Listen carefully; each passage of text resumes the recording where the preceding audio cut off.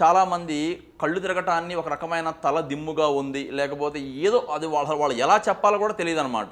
ఒక రకంగా మనిషిని ఏదో ఇట్లా తిప్పేసినట్లుగా ఉండటము, లేదా మనిషి మందు తాగినప్పుడు తూలొచ్చినట్లుగా నడిచేటట్లుగా ఉంటాము, లేదా అడుగులు తడబట్టము, కొద్దిమంది రంగుల రాటంకి దిగిన తర్వాత ఊగిపోయినట్లుగా ఉంటాము. ఇవన్నీ కూడా అంత స్పష్టంగా చెప్పలేకపోతున్నారు. అసలు వాళ్ళ యొక్క లోపల బాధని వాళ్ళు అనుభవిస్తున్నారు, కానీ డాక్టర్కి అర్థమయ్యేలాగా చెప్పలేకపోతున్నారు.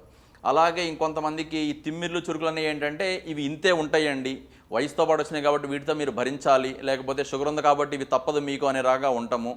నిద్ర అనే దగ్గర దానిలో నిద్ర పట్టట్లేదా, అయితే ఏముందండి పెద్ద వయసులో నిద్ర పట్టదు కదా, అది సహజమే అనేలాగా అలవాటు అయిపోయినట్లుగా మాట్లాడటం దగ్గర అలాంటి వాటికి ఎక్కడా పరిష్కారం దొరకట్లేదు. కాబట్టి వాటినే మనం ఫోకస్ చేసి చూద్దాం. రైట్. వాటిల్లోనే రిజల్ట్ తీసుకొస్తే ఆ రిజల్ట్ని బట్టి మనం కూడా కొంత బెటర్గా సొసైటీకి ఏదన్నా అనే ప్రకారంగా మొదలుపెట్టాం దీన్ని.